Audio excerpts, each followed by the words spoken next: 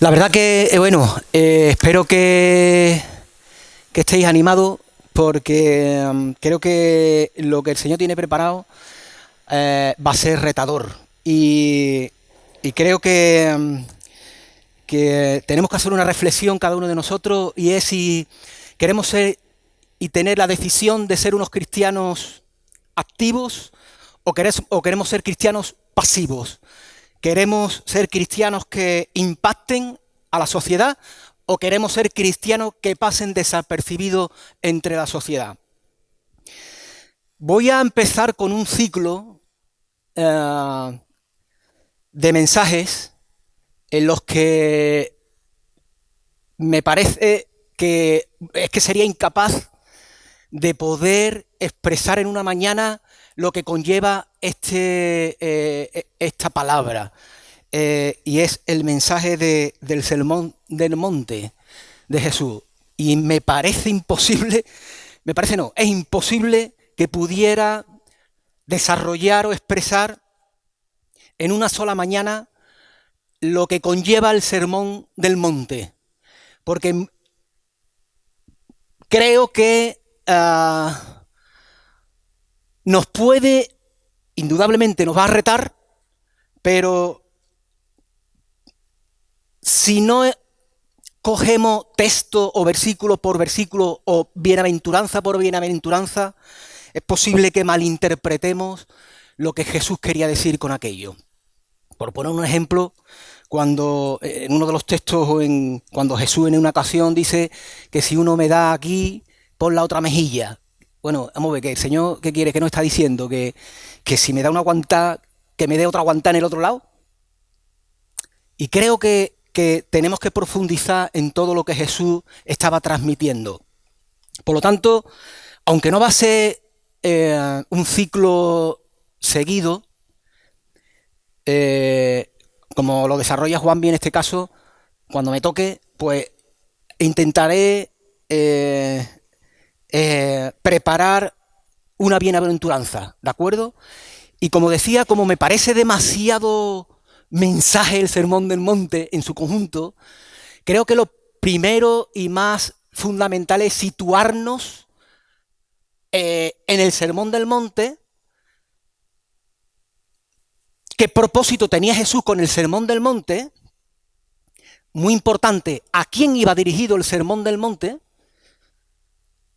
Y en el contexto en el que se encuentra el Sermón del Monte, ¿por qué Mateo lo escoge de ponerlo al principio? No sé si sabréis lo que significa bienaventurado. Bueno, vamos a leerlo porque creo que lo primero que tenemos que hacer es leer la palabra donde nos podamos de alguna forma situar en ese mensaje de Jesús en un monte donde se llevó a sus discípulos, pero dice la Escritura que hubo un montón de gente que fueron tras él. ¿Por qué?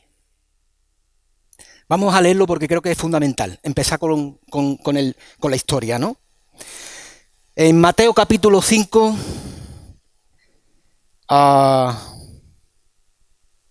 lo leemos hasta el 12, ¿vale? Dice que viendo la multitud, subió al monte y sentándose vinieron a él sus discípulos. Y abriendo su boca les enseñaba diciendo: bienaventurados los pobres en espíritu, porque de ellos es el reino de los cielos. Bienaventurados los que lloran, porque ellos recibirán consolación. Bienaventurados los mansos, porque ellos recibirán la tierra por heredad. Bienaventurados los que tienen hambre y sed de justicia, porque ellos serán saciados. Bienaventurados los misericordiosos, porque ellos alcanzarán misericordia. Bienaventurados los de limpio corazón, porque ellos verán a Dios. Bienaventurados los pacificadores, porque ellos serán llamados hijos de Dios.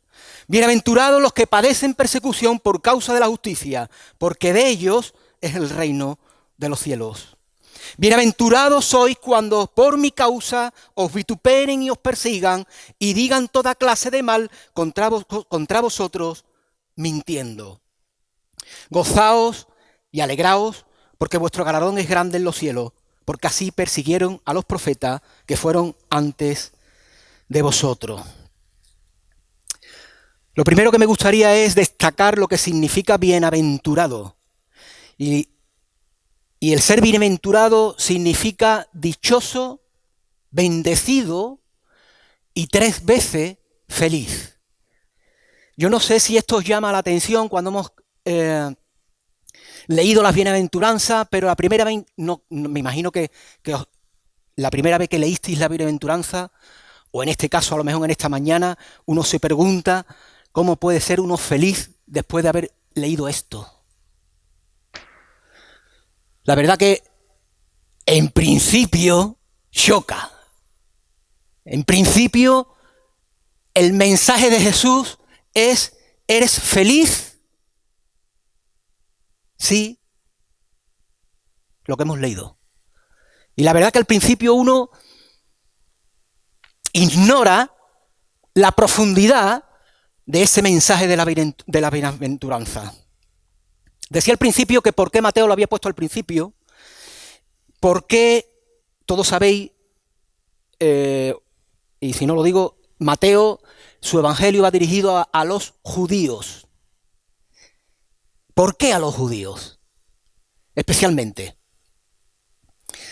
Creo que la bienaventuranza viene a romper las grandes expectativas que tenía el pueblo judío o el pueblo de Israel con el Mesías prometido. De hecho, creo que todos lo sabemos, o vamos a tratar un poco cuál era la expectativa del pueblo de Israel, del pueblo judío, ante el deseo de que viniera el Mesías. La espera del Mesías prometido al pueblo de Israel o al pueblo judío. ¿Cuáles eran las expectativas de ese pueblo para desear que viniera el Mesías? Pues sin lugar a duda, la expectativa que tenía el pueblo de Israel con el Mesías prometido es que iba a venir el reino de Dios. Para ello, el reino de Dios era que la clase política, el gobierno, el bienestar social iba a suceder cuando ese Mesías viniera. Significa que la expectativa del pueblo de Israel era que cuando venga el Mesías, nosotros vamos a dominar a los romanos. Ahora vamos a hacer nosotros lo que vamos a decir que hay que hacer y que no hay que hacer, y vamos a dominar como reino a todo el que esté a nuestro alrededor.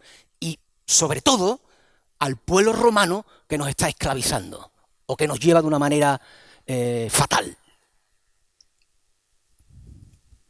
Qué verdad es que el reino de los cielos no tiene nada que ver con esto, ¿verdad? Qué verdad es que el Mesías prometido que iba a revelarse no tiene nada que ver con la expectativa del pueblo de Israel. Qué verdad es que sorprendió a la gente el Señor Jesús. Llamó la atención. ¿Por qué creéis vosotros que las multitudes iban detrás de Jesús? ¿Recordáis la multiplicación de los panes y los peces en 2 ocasiones? Aproximadamente 9 o 10.000 personas. ¿Dónde están esa gente en Pentecostés? Solo había 120. La gente no ignoraba la venida del reino. La proclamación de Jesús, en este caso primero de Juan proclamando que venía Jesús, predicaba: el reino de los cielos se ha acercado. La expectativa de todo el pueblo judío era que Jesús, el Mesías prometido, el mensaje que iba a dar era de que él iba a gobernar su pueblo y que iba ahora a machacar a los romanos. Qué curioso que durante el transcurso del ministerio de Jesús la gente hubo decreciendo. Dice la Escritura también, y creo que muchos de vosotros lo recordaréis por el testimonio de muchos, que Jesús se apareció a más de 500. Y yo repito, ¿dónde estaban? ¿Cómo es que en Pentecostés solo había 120? fieles a Jesús.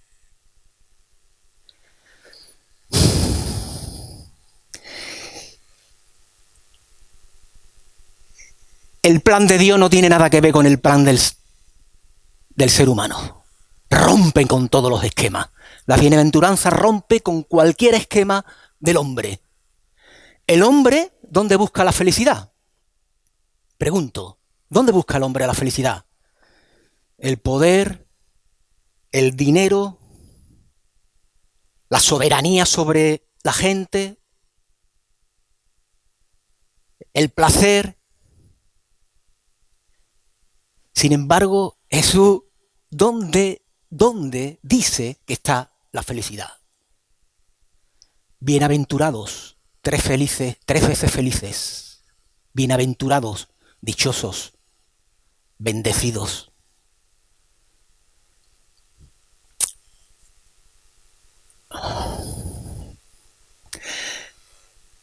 ¿Recordáis a Salomón? Esto de buscar la felicidad no es nuevo. Si queréis buscarlo en el Salmo, creo que era el Salmo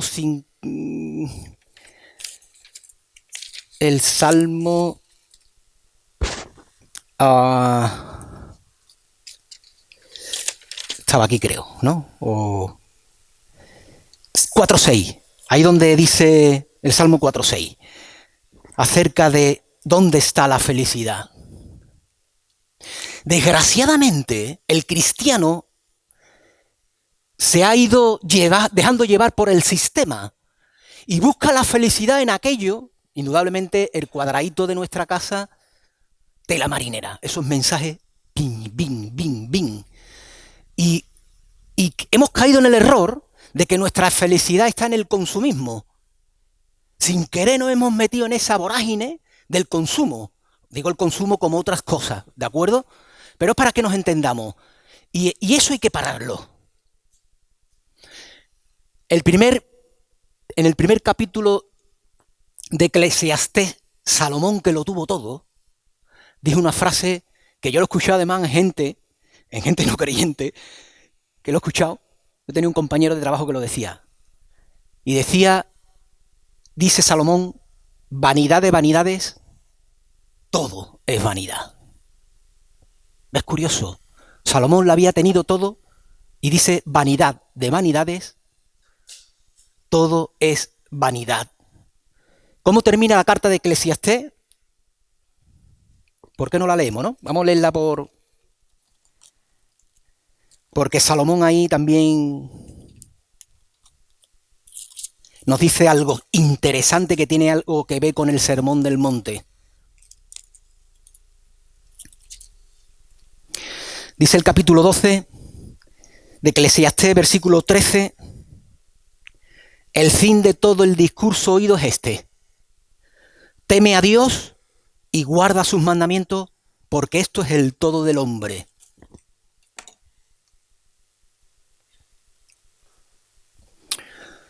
¿Dónde buscamos la felicidad?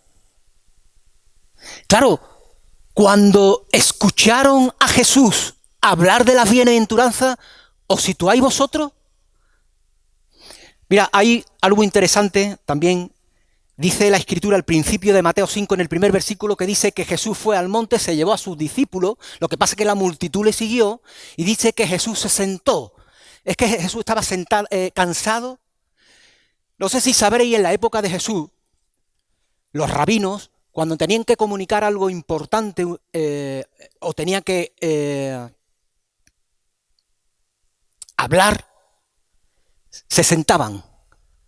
Se sentaban porque iba a decir algo importante. Por lo tanto, Jesús, el hecho de la postura de decir me siento, es porque tenía que decir algo importante o muy importante.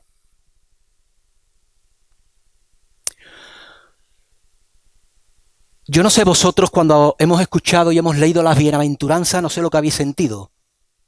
Pero cuando Jesús está hablando acerca de las bienaventuranzas, lo primero que se me vino a la mente, me siento incapaz.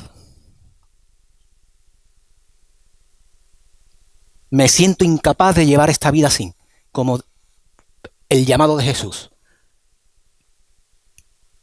No estoy capacitado para desarrollar las bienaventuranzas por mí mismo. Y eso es importante. ¿Esto qué significa? Esto significa que solo los cristianos tienen la capacidad o van a ser capacitados para desarrollar las bienaventuranzas. La bienaventuranza no lo desarrolla un no cristiano. Imposible. Ya viéndolo un poco desde la perspectiva cristiana, uno piensa y dice, Dios, yo no puedo. Ahí donde comienza el caminar. Ahí donde comienza la posibilidad de poder llevar a cabo en nuestra vida la bienaventuranza. Algo importante, el mensaje de la bienaventuranza, el mensaje del Sermón del Monte, ¿a quién iba dirigido? Aunque estaba allí la multitud. ¿Qué es lo que dijo Jesús al principio? Dice,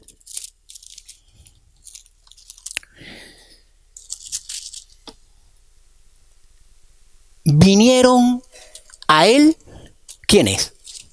Sus discípulos. El Sermón del Monte no es un mensaje para el no creyente. El Sermón del Monte es un mensaje para el cristiano. Es un discipulado. Jesús iba a discipular a los discípulos.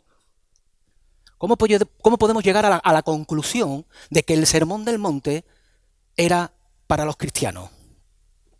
Primero, como he dicho, es porque un no creyente es imposible que lleve a cabo esto. Solo con la capacidad del poder del Espíritu Santo una persona es capaz, y es capaz, ratifico, es capaz. Si no, Jesús no se hubiera llevado a los discípulos a contarle esto. Es capaz. Pero si veis más adelante en los siguientes versículos, dice, vosotros sois la sal de la tierra y la luz del mundo. ¿Quiénes son los que son la sal y la luz del mundo? Sino los cristianos. Por lo tanto, el mensaje de Jesús en el Sermón del Monte va dirigido exclusivamente a los discípulos. Va exclusivamente dirigido a los cristianos. Y va en un sentido de que es posible. Dice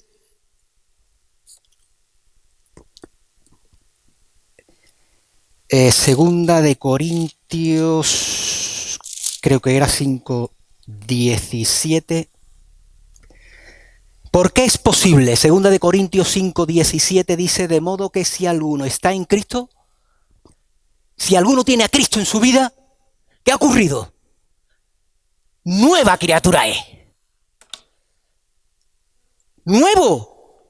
Lo que era imposible para el ser humano, delante de Dios, querer hacer lo mejor para Dios, para ser justificado, era imposible. Por eso vino Jesús. Pero ahora es posible. Dice, nueva criatura es. ¿Qué significa nueva criatura? Y es que la nueva criatura significa que hay cosas que vamos a hacer que para los ojos de los que están ahí, que no conocen a Jesús, son impresionantes. ¿Cómo un hombre va a amar a su enemigo? Esto desconcierta a las personas. Por eso desconcertó a los grandes religiosos de la época. Cuando Jesús le dijo a esos religiosos de la época, las prostitutas irán delante de vosotros al reino de los cielos. Lo desconcertó. Son las prostitutas las que van delante de ustedes, que van a entrar en el reino de los cielos. Desconcertó el concepto de reino. Y es posible vivir ese reino, afirmo que es posible, porque nueva criatura somos. Por sí mismo es imposible. Revela el Sermón del Monte, revela que estamos incapacitados para llevar a cabo esa vida. Ahora bien, revela de la misma manera que hemos sido capacitados en esa nueva criatura que somos para llevar una vida que sorprenda, para llevar la verdadera vida del reino, para llevar esa vida donde la gente va a ser impactada, donde va a ser desconcertada, como fue desconcertado, repito, los grandes religiosos de la época, los rabinos, se rasgaban las vestiduras. ¿No creéis vosotros que cuando Jesús le dijo eso, que las prostitutas irían delante de vosotros antes que vosotros, que son las que entrarán en el reino de los cielos? Esto hace 2000 años que lo dijo Jesús. Esto es impresionante. Claro, Jesús, que es Dios, va por delante de nosotros, ¿verdad? Mucho, mucho más. Por lo tanto, si hay alguna reflexión y alguna inquietud de decir, bueno, Dios, esto es incapaz, yo no puedo, yo no soy capaz de hacer esto. Ahí donde viene y ahí en donde empieza nuestra capacitación sobrenatural para amar al enemigo, para aquellos que nos pueden dar una bofetada, poner la otra. Ya explicaremos cada texto indudablemente, porque no podemos cuando decía, si tu ojo, quítate el ojo. Es que no seamos tampoco, vamos a discernir bien la escritura, que no significa que si mi mano me tengo que cortar el brazo. Vamos ahí a la profundidad de lo que el Señor Jesús está explicando, ¿verdad? La verdad que ¿sabéis lo que muestra el Sermón del Monte? El Sermón del Monte revela la moralidad del cristiano, la ética, el carácter y cómo es un cristiano. Sí, es así. Es esto. Este es el verdadero cristiano. Hay un texto en Efesios, a ver si lo tengo yo por aquí, Efesios, me voy a ir a Efesios, ¿vale? Efesios 2, versículo 8. Algo que nos tenemos que preguntar, porque después, cuando uno lee el Sermón del Monte, hay otra pregunta que también se nos tiene que venir a la mente. ¿Qué ocupa, repito, qué ocupa las obras en el plan de salvación? Vamos a leer Efesios capítulo 2, versículo 8. Y hasta el 10, ¿de acuerdo? Dice Pablo, porque por gracia, solo por gracia, sois salvos por medio de la fe. Y esto no de vosotros, pues es don de Dios, no por obras, para que nadie se gloríe. Porque somos hechuras suyas, creados en Cristo Jesús para buenas obras. ¡Ocua! ¡Qué curioso! ¡Qué curioso! ¿Qué significa esto? ¿Qué lugar ocupan las obras en el plan de salvación? Indudablemente, y todos sabemos que como congregación nosotros creemos que somos salvos por gracia y solo la fe en el Cristo, en Jesús, somos salvos. Ahora bien, la fe en Jesucristo nos ha llevado a ser salvos. Ahora, el que es salvo, obra. Repito. Uno que expresa que cree en Jesús y dice yo soy cristiano, tiene la salvación eterna. Pero el salvo, obra. ¿Me explico?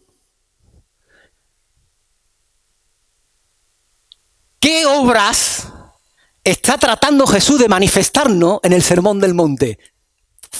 Unas obras son tremendas, la verdad. Esas obras nos justifican delante de Dios para ser salvos, pero son obras de los salvos. Tiene mucha relación, recordáis en Gálatas, cuando Pablo habla acerca del fruto del Espíritu, y enumera el fruto del Espíritu, no el fruto del Espíritu. Y enumera los frutos del Espíritu, ¿verdad? Tiene relación con la bienaventuranza. Mientras que los frutos del Espíritu es lo que el Espíritu hace en nuestro interior, ¿de acuerdo? Que todo el mundo, todo cristiano, desarrolla. Porque la bienaventuranza que el Señor Jesús está enseñando a sus discípulos es para todos. No es una vida cristiana de algunos pocos, excepcionales. No, es cotidiano. Porque dice, bienaventurado eres. O son. No. Aquellos. No. Está hablando del conjunto de cristianos. Todos. Sin excepción. El fruto del Espíritu lo tiene todo el mundo. La diferencia, quizá, cuando nos damos cuenta de vidas y vidas, la diferencia es en la intimidad que tú pasas con el Señor Jesús. La intimidad de escudriñar la Escritura. La intimidad de lo que el Espíritu Santo hace en tu vida cuando habla acerca de antes bien ser lleno del Espíritu. Es ni más ni menos que el Espíritu Santo posea más de nosotros. No que haya más Espíritu Santo. No se trata de eso. El Espíritu Santo es una persona, no se divide. ¿Está o no está? ¿Hace o no hace? Y depende de aquello que el Espíritu Santo obra en nuestra vida y en nuestra relación. La bienaventuranza, que tiene relación indudablemente por la capacidad del poder del Espíritu en nuestra vida para desarrollar esto, es una acción. Y me explico. El Espíritu Santo nos pone en nuestra vida a hacer el bien, a hacer buenas obras. Ahora bien, ¿en quién está el dar el paso? En nosotros. Es una acción. Nosotros decimos, queremos estar aquí esta mañana. Es el Espíritu que te dice, vamos para allá, y yo digo, voy.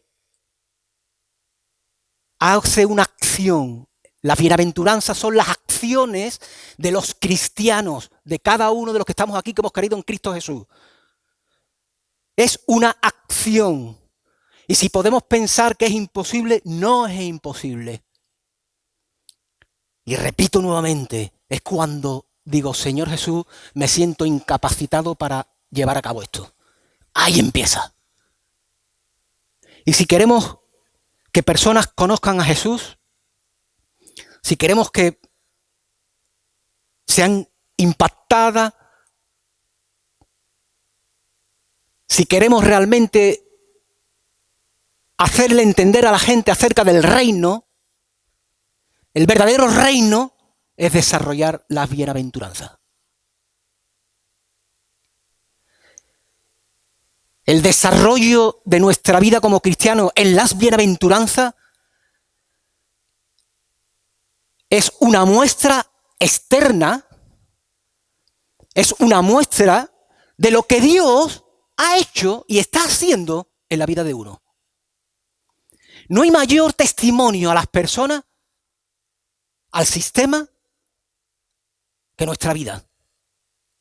Podemos hablar del Evangelio y yo creo que muchos de vosotros posiblemente podréis expresar o testificar, decir, oye, vi en vosotros que sois distintos, sois diferentes, tenéis algo que yo no lo había visto en otras personas, ¿no? De eso se trata. De eso se trata. Por eso, repito, Jesús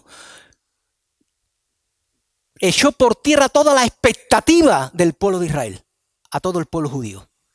Lo echó por tierra, completamente, porque Jesús vino a hacer o a llevar a cabo un reino que ni imaginaban. Por lo tanto, creo que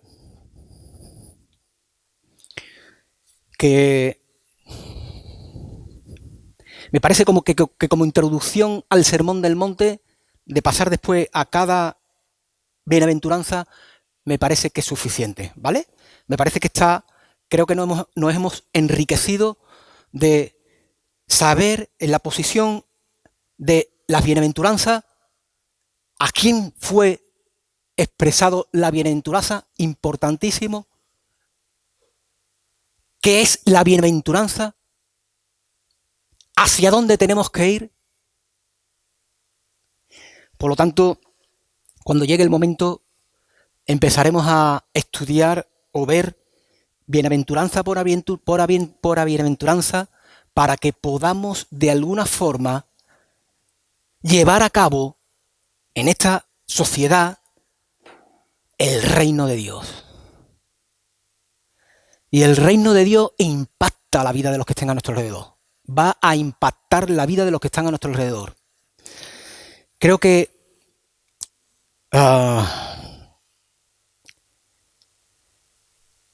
debemos de ir en contracorriente a todo lo que nos ofrece la sociedad. Hay cosas buenas, ¿vale? Es como si decimos, no, es que la música secular, toda la música secular o escuchar la música secular es pecado. O, bueno, hay letras, en principio la música no es cristiana ni no cristiana, la música es música. La letra es la que diferencia las cosas, ¿de acuerdo? Entonces, lo que quiero decir es que hay gente que lo que necesita ver es que hay otra forma completamente diferente al concepto del sistema del mundo que nos lleva. Hay otra cosa, hay otra forma, hay algo que va a hacer que llame la atención. Y eso es lo que Jesús le está pretendiendo decir a los discípulos. ¿Por qué? Lógicamente porque los discípulos eran judíos. Claro, ¿ustedes os imagináis esas palabras de Jesús en la bienaventuranza a los discípulos? Yo creo que hasta que no vino Hechos, los discípulos no entendieron cabalmente y absolutamente lo que Jesús había manifestado. Creo yo. Entonces, cuando yo creo que ellos se dieron cuenta de dónde estaban, quiénes eran y lo que ellos iban a hacer en el transcurso de su vida. Nosotros estamos aquí para que conozcan a Jesús. Y una de las mejores maneras que conozcan a Jesús es llevando a cabo las bienaventuranzas en nuestra vida. Y es a lo que nos invita Jesús. Y es el discipulado que hizo con los discípulos. Sí, allí había una multitud muy grande. Pero él discipuló a sus discípulos. Ese mensaje era para ellos. Que el Señor nos bendiga, que el Señor nos ayude en nuestra incapacidad para que realmente podamos vivir el reino. Aquí, porque va a llegar, la perfección va a llegar, pero mientras tanto vamos a... Y una cosa que me gustaría, que se me ha ido y que me gustaría decir, porque creo que es muy importante cuando desarrollamos la salvación, las obras, y es que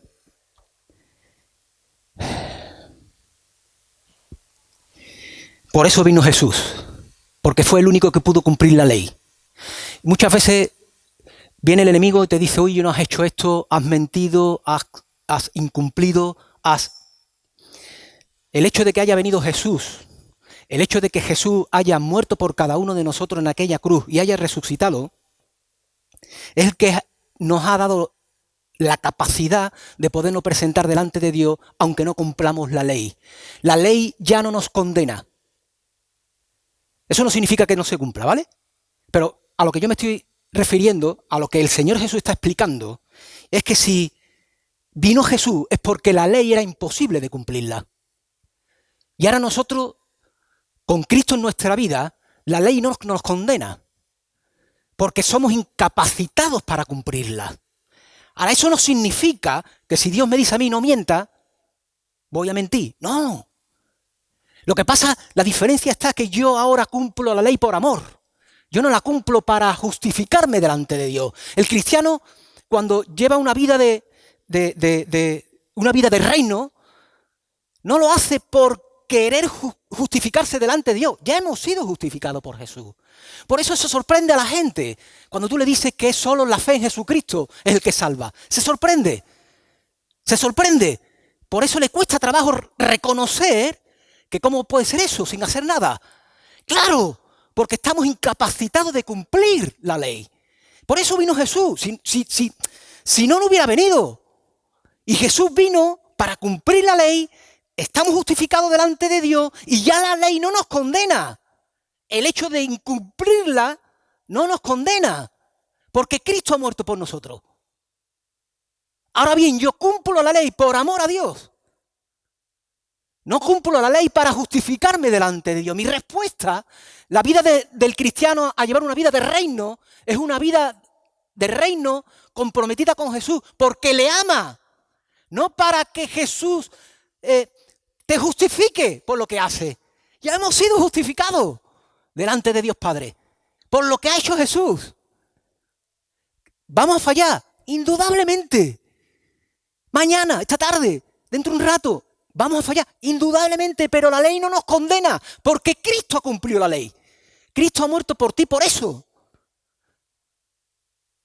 Por lo tanto, seguimos en la lucha, seguimos en el día a día, seguimos en el reino. No te venga a martillar aquel, el del rabo, y te diga, ojo, tú qué malo eres, mira, tú dices esto, tú dices lo otro, y sin embargo haces esto, haces lo otro. No tiene derecho. No puede hacer nada. Tú has sido ya justificado. Ahora bien, indudablemente, unos cristianos, ¿qué decía yo antes? Hemos sido salvados por gracia. Y somos salvos por gracia, por la fe en Jesucristo. Pero el salvo obra. Por lo tanto, marchemos día a día en el reino, llamando la atención por lo que hacemos de bien, por amor a Jesús, para hacer ver a la gente de que hay otro sistema de vida, de que la felicidad se encuentra en Jesús, de que la felicidad se encuentra es cuando, como decía Jesús, si uno te pide que ande 1 milla, no, anda 2. Esa es la sorpresa de la gente. Y uno lo hace voluntariamente, no para cumplir la ley. Tú me dices, acompáñame, mira, tengo peso, acompáñame a casa. No, yo te voy a acompañar hasta arriba. Eso es lo que cambia a las personas. Eso es lo que hace sorprender a las personas. Y lo hacemos por amor a Jesús. Así que yo espero que ese amor por Jesús nos haga llevar esa vida de reino. Y ya en su momento tendremos esos mensajes acerca del Sermón del Monte por cada uno, que espero que el Señor nos bendiga grandemente y que nos haga ver las cosas con claridad para que realmente impactemos en esta sociedad, ¿vale? En el sistema. Muy bien, que el Señor nos bendiga.